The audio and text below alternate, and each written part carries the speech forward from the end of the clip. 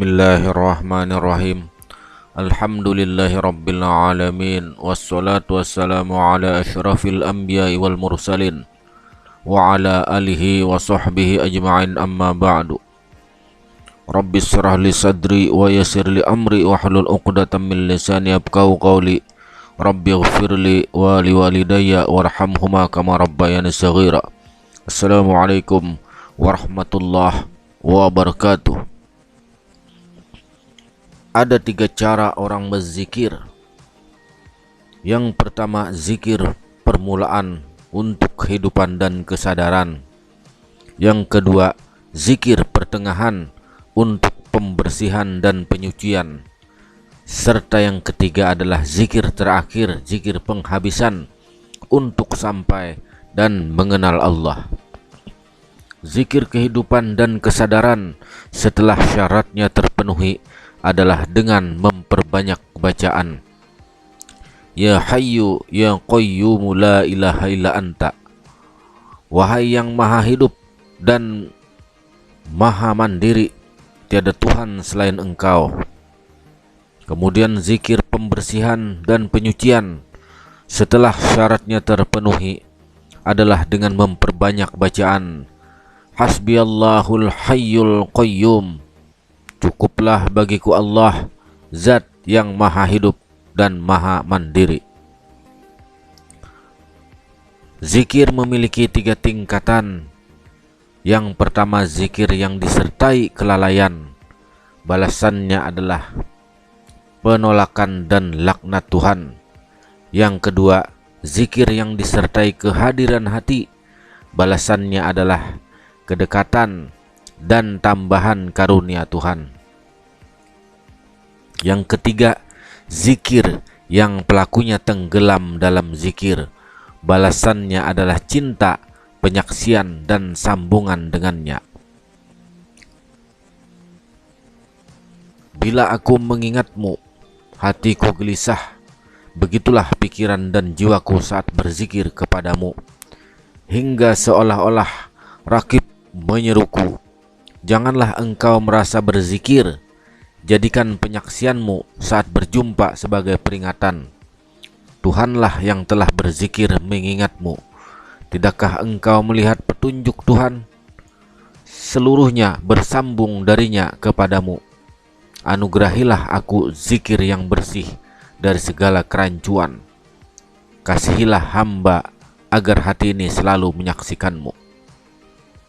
Dan ketahuilah, zikir tidak keluar dari 3 hal. Yang pertama, zikir lisan dengan mengetuk pintu Tuhan. Ia menjadi penghapus dosa dan peninggi derajat. Yang kedua adalah zikir hati lewat dialog dengan Tuhan. Ia merupakan kedekatan. Dan yang ketiga, zikir ruh lewat pembicaraan Tuhan. Ia berupa kehadiran dan penyaksian. Zikir lisan tanpa kehadiran hati adalah zikir kebiasaan yang kosong dari keutamaan. Zikir lisan dengan kehadiran hati mendatangkan manfaat. Zikir dengan lisan dan hati sekaligus adalah penyingkapan dan penyaksian. Hanya Allah Subhanahu wa ta'ala yang mengetahui kedudukannya. Diriwayatkan bahwa barang siapa pada permulaan banyak membaca Qul huwallahu ahad, niscaya Allah menerangi hatinya dan menguatkan tauhidnya. Al-Bazzar meriwayatkan dari Anas bin Malik radhiyallahu an bahwa Nabi sallallahu alaihi wasallam bersabda, barang siapa membaca Qul huwallahu ahad 100 kali, ia telah membeli dirinya dari Allah Subhanahu wa ta'ala. Suara dari sisi Allah menyeru di langit dan di buminya, bulan telah dibebaskan Allah. Barang siapa memiliki tanggungan padanya, hendaklah ia mengambilnya dari Allah Subhanahu wa ta'ala.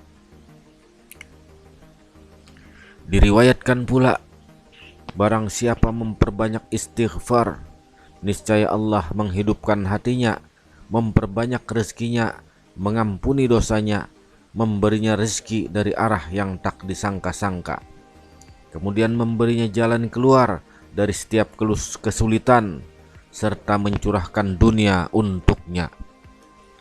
Segala sesuatu ada hukumannya. Hukuman bagi orang arif adalah lalainya hati dalam berzikir.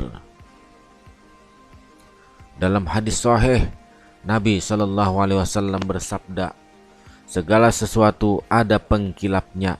Pengkilap hati adalah zikir, dan zikir terbaik adalah la ilaha illallah. Hati menjadi terang dan bersinar dengan zikir dan tafakkur. Majelis termulia dan terhormat adalah duduk tafakkur dalam wilayah tauhid. Tawakal adalah perbuatan hati, sementara tauhid adalah perkataan hati. Pintu zikir adalah tafakkur, pintu tafakkur adalah kesadaran, pintu kesadaran adalah zuhud, pintu zuhud adalah qanaah, perasaan cukup, pintu qanaah adalah memburu akhirat, dan pintu akhirat adalah takwa. Pintu adalah dunia, pintu dunia adalah hawa nafsu, pintu hawa nafsu adalah tamak, pintu tamak adalah angan-angan, dan angan-angan merupakan penyakit kronis yang sulit sembuh. Pangkal angan-angan adalah cinta dunia. Pintu cinta dunia adalah lalai.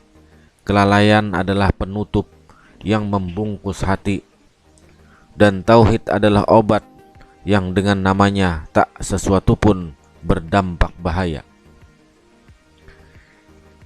Bismillahilladzi la yadurru ma'asmihi syai'un fil ardi wala fis sama'i wa huwas sami'ul alim. Dengan nama Allah yang bersama namanya tidak sesuatu pun baik di bumi maupun di langit mendatangkan bahaya, dan Dia Maha mendengar lagi Maha mengetahui. Utsman bin Affan radhiyallahu an meriwayatkan bahwa Rasulullah SAW bersabda, jika seseorang hamba membaca pada setiap pagi dan petang, Bismillahilladzi la yadurru ma'asmihi syai'un fil ardi wala fis sama'i wa huwas sami'ul alim, dengan nama Allah yang bersama namanya tidak sesuatu pun baik di bumi maupun di langit mendatangkan bahaya, Dia Maha mendengar dan Maha mengetahui. Membaca ini sebanyak 3 kali, tidaklah sesuatu pun berbahaya baginya.